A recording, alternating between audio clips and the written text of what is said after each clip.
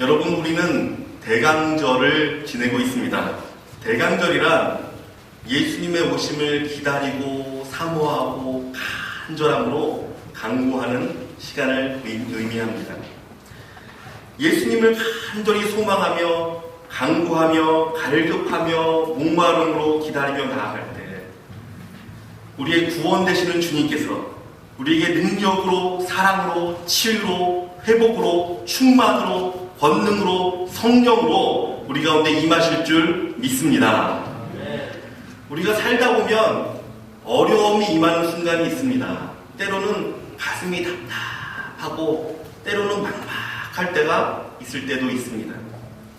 암흑처럼 빛이 안 보이고 소망이 없는 그런 터널을 지나가야 할 때도 있습니다.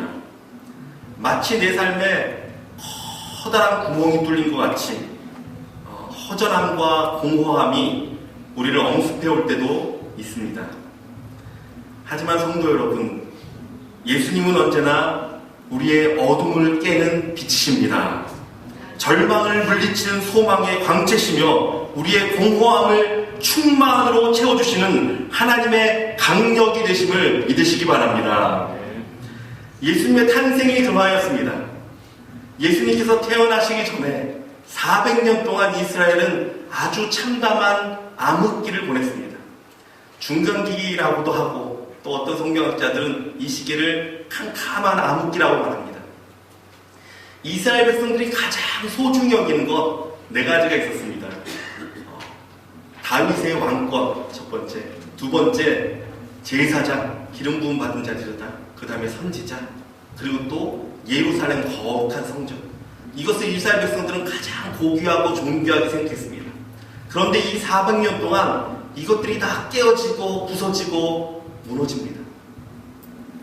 예수님이 오시기 전에 말라기에서 우리 사복음서에 들어가는 예수님이 탄생하신 그 사이 가운데 여러분, 선지자가 단 한 명도 일어나지 않았습니다. 하나님의 말씀이 임하지 않은 시간입니다. 답답하고 공허하고 막혀있던 시간입니다. 왕권은 어떻습니까? 다윗의 영원한 왕권이 끊어졌습니다. 나라는 포로로 다 팔려갔고 왕권은 다 사라진 지 오래입니다. 제사장은 어땠습니까? 원래 대제사장은 여러분 아론의 자손만 할 수 있는 것이었습니다. 그래서 아론의 후손들 중에서 대제사장은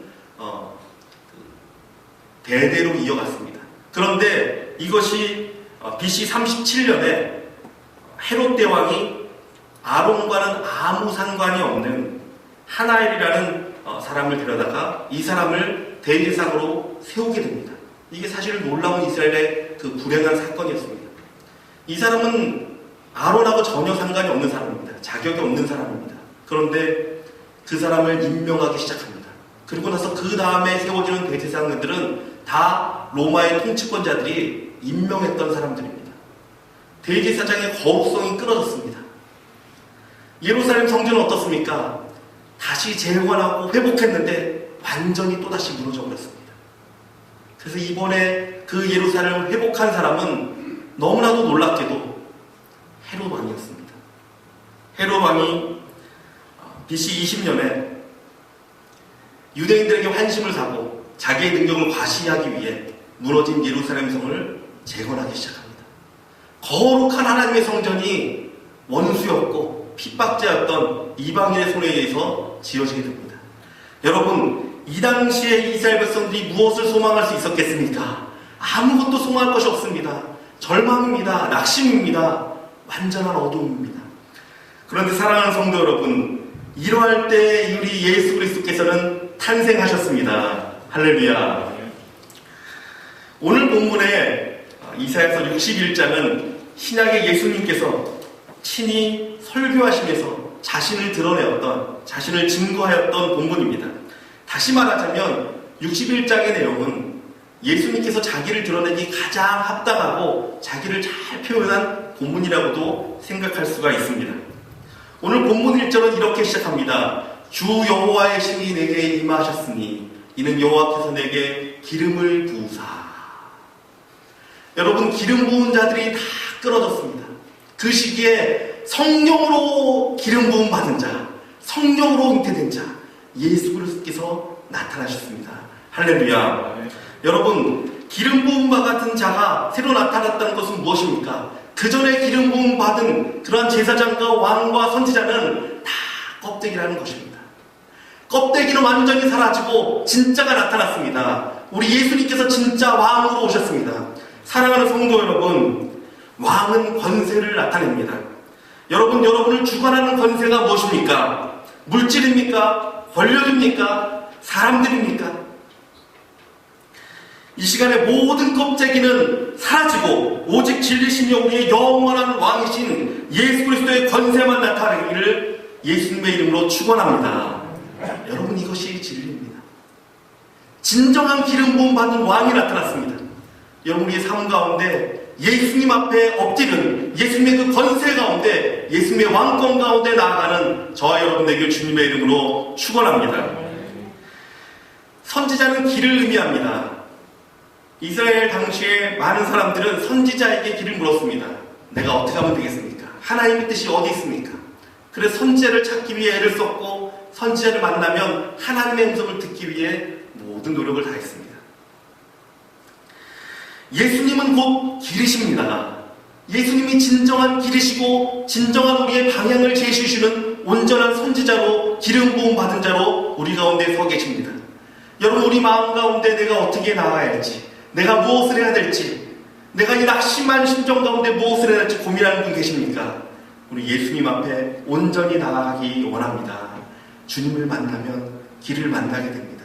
주님을 만나면 해결을 만나게 됩니다. 주님을 만나면 인생의 여러 가지 얽힌 일들이 해결하기 시작합니다. 이것이 진정으로 기름 부음 받은 자, 진정으로 우리 가운데 선지자로 오신 예수님의 사역입니다. 또한 예수님은 제사장으로 오셨습니다.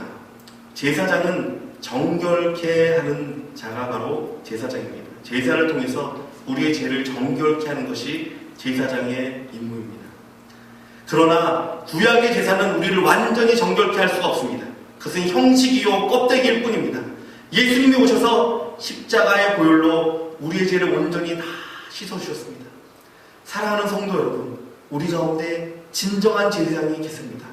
진정한 대제사장이 있습니다. 날마다 그분 가운데 나아가야 합니다. 날마다 그분의 보혈 가운데 우리의 죄를 씻음받는 저와 여러분 되길 주님의 이름으로 축원합니다. 이러한 왕이요 제사장이요 선지자이신 예수 그리스도, 또한 자신의 몸이 진정한 성전이라 말씀하신 예수 그리스도, 이 예수님이 우리 가운데 오셨습니다. 근데 이 예수님이 우리 가운데 오신 목적이 있습니다. 만나고자 하는 사람이 있습니다. 예수님이 오셔서 만나고자 하는 사람은 이러한 사람입니다. 가난한 자, 마음을 상한 자, 포로된 자, 갇힌 자, 슬픈 자. 예수님 만나고자 하는 사람은 이러한 사람들입니다. 여러분 마음에 심령의 가난함이 있습니까? 아니 물질의 가난함이 있습니까? 여러분 마음 가운데 가난함이 자꾸 목을 죄옵니까? 우리 예수 그리스도를 만나길 주님의 이름으로 축원합니다. 예수님은 찾아오시는 분이십니다. 가난한 자에게 아름다운 소식을 전하게 하시기 위하여 예수님은 오시는 분이십니다. 사랑하는 성도 여러분, 여러분 마음 가운데 마음의 상함이 있으십니까? 아픔이 있으십니까? 과거의 아픈 기억이 있습니까? 우리 예수님을 만나기 원합니다. 예수님께서는 찾아와서 내가 그러한 자를 위하여 너희 가운데 왔다 말씀하시는 분이십니다. 마음 상한 자를 위로하시고 회복시키고 온전케 하는 분이십니다. 포로된 자, 갇힌 자, 여러분 무언가에 눌려있지 않습니까? 여러분 세상의 여러가지 죄악과 여러가지 세상의 문화와 여러가지 것들을 혹시 갇혀있진 않습니까? 여러분 예수 그리스도 이름의 권세로 외치며 나아가길 주님의 이름으로 축원합니다. 예수님께서 그러한 저와 여러분을 위해 이 땅 가운데 오셨습니다. 자유함을 주고 회복을 주고 온전함을 주기 위해서 이 땅 가운데 오셨습니다. 슬픈 자, 마음에 애통 있는 자, 이러한 자는 앞에 있는 이러한 사람들을 모두 대변하는 말입니다. 예수님께서 슬퍼하는 자, 근심하는 자에게 5가지 약속을 주셨습니다. 내가 너희 가운데 임할 때, 내가 너희 가운데 함께할 때 슬퍼하는 자에게 내가 이러한 약속을 주겠다. 이러한 약속으로 너에게 함께하겠다. 그것을 하나씩 살펴보기 원합니다. 첫째, 여호와의 은혜의 해와 하나님의 신원의 날을 전파하여 슬픈 자를 위로하신다고 주님을 말씀하셨습니다. 무슨 말입니까? 여러분 마음 가운데 끊임없이 해결되지 않는 일들이 있습니까? 예수님께서 약속하십니다. 내가 반드시 은혜의 날로 채워주겠다. 은혜의 때를 너에게 허락하겠다. 말씀하시는 분이 예수 그리스도이심을 믿으시기 바랍니다. 또한 신원의 날, 내가 너의 마음의 아픔을 갚아주겠다. 내가 너를 이해한다. 너 마음에 속상한 거 내가 갚아주겠다. 예수님은 이런 약속을 우리 가운데 주셨습니다. 두 번째 약속은 이것입니다. 화관을 주어 그 죄를 대신하겠다. 여러분, 이스라엘 백성 가운데 슬픈 일이 있고 답답한 일이 있고 낙심한 일이 있으면 죄를 뒤집어 썼습니다. 죄는 무엇입니까? 다 타버린 아무것도 아닌 것입니다. 죄를 뒤집어 쓰고 나는 아무것도 아닙니다. 나는 이 슬픔을 이길 수가 없습니다. 나에게 이 고통은 죽음과도 같습니다. 그리고 죄를 뒤집어 썼습니다. 그런데 예수님이 말씀하십니다. 마음에 가난한 자들, 슬퍼하는 자들, 애통하는 자들, 너에게 내가 죄 대신에 아름다운 면류관, 화관 너에게 씌우겠다 말씀하십니다. 사랑하는 성도 여러분, 여러분 마음에 슬픔이 있는, 아픔이 있는 모든 성도들 머리에 예수님의 아름다운 화관이 씌워지기를 주님의 이름으로 축원합니다. 세 번째 약속은 희락의 기름으로 슬픔을 대신하겠다라고 말씀하셨습니다. 예수 그리스도는 희락의 기름을 바르시는 분이십니다. 기쁨의 기름. 우리의 마음의 즐거움을 회복시키시고 우리 마음의 감사와 기쁨을 회복시키기 위하셔서 우리의 머리에 희락의 기름을 바르시고 머리에서 발끝까지 성령의 기름으로 덮어주시는 분이십니다. 그 희락의 기쁨이 우리 가운데 충만히 임하길 주님의 이름으로 축원합니다. 네 번째로 찬송의 옷으로 그 근심을 대신하겠다라고 말씀하십니다. 근심과 걱정 있는 사람, 하나님의 찬송, 여호와를 찬송함이 임할 줄 믿습니다. 그래서 그 입술에서 근심의 고백들이 아니라 기쁨의 고백들, 찬양의 고백들, 여러분 우리의 삶 가운데서도 감사의 고백들, 찬양의 고백이 넘치기를 주님의 이름으로 축원합니다. 우리 교회에서도 감사와 기쁨의 찬양이 날로 넘쳐나기를 주님의 이름으로 축원합니다. 마지막으로 말씀하신 것은 의의 나무, 곧 여호와의 심으신 바 그 영광을 나타낼 자라 일컬음을 얻게 하겠다라고 말씀하십니다. 우리를 그냥 세우는 것이 아니라 내가 너희를 그냥 축복하고 사랑하고 희락을만 돕는 것이 아니라 내가 너를 여호와의 영광을 나타낼 의의 나무로 세워주겠다. 너를 그렇게 사용하겠다. 하나님을 말씀하십니다. 여러분 마음 가운데 좌절과 낙심과 혹시나 근심과 걱정과 가난과 엉돌림 가운데 있으십니까? 예수님을 만나기 원합니다. 예수님을 소망하기 원합니다. 예수님께서 이 땅 가운데 오신 목적은 부한 자들을 위하러 오시지 않으셨고 풍성한 자를 위해 오시지 않으셨고 넉넉한 자들을 위해 오시지 않으셨고 가난한 자, 슬픈 자, 애통하는 자, 상처 입은 자, 엉돌린 자, 갇힌 자, 이러한 저와 여러분 같은 모든 사람 가운데 임하셨습니다.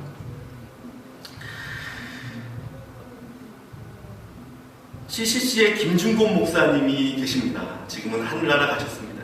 근데 CCC에서 이제 청년들을 다 모아놓고 몇천 명 쫙 모아놓고 집회를 하게 되면 김준곤 목사님이 가운데 쓰셔서 백문일답이라는 거 하십니다. 100가지의 질문을 던집니다. 강대상에서.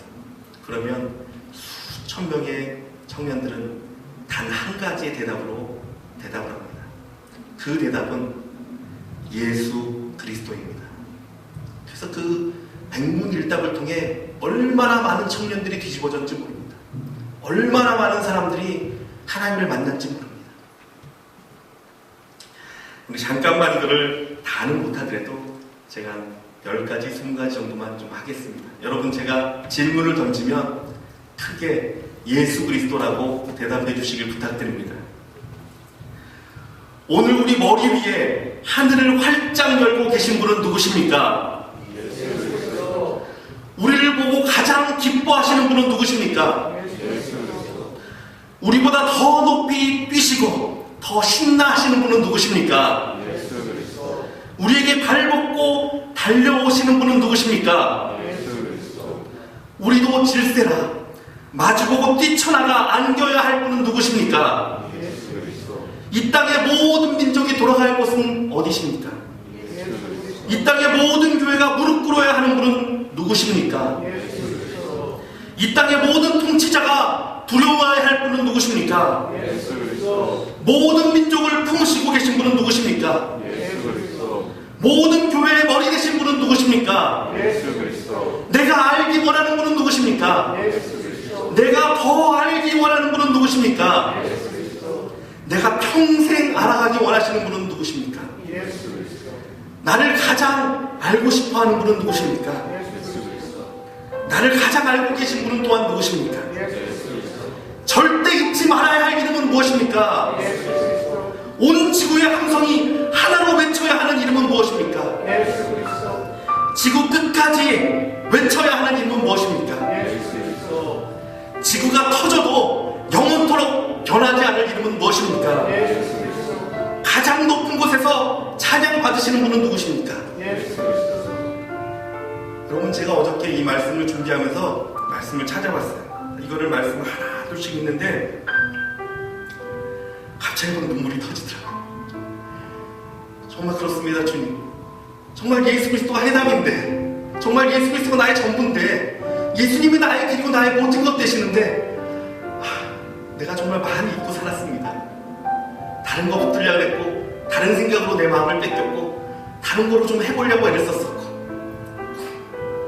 여러분, 예수님이 해답입니다.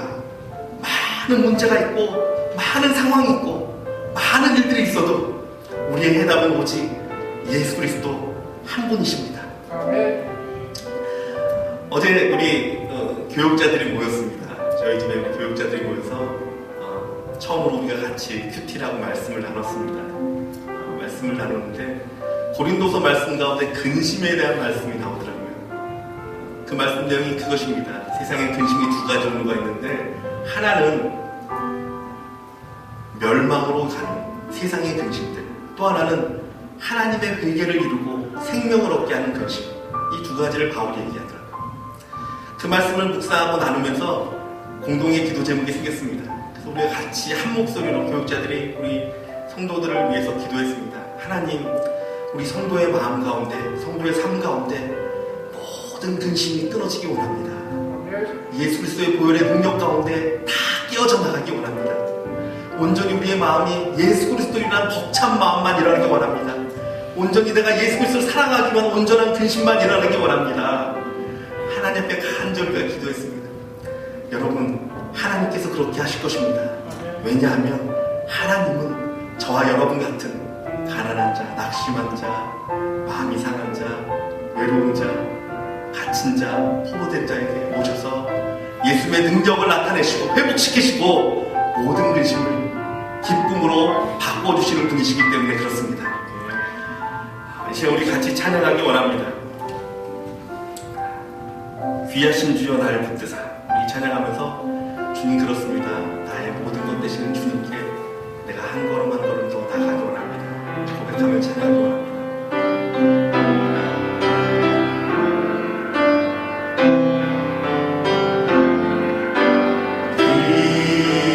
귀하신 주여 나를 붙드사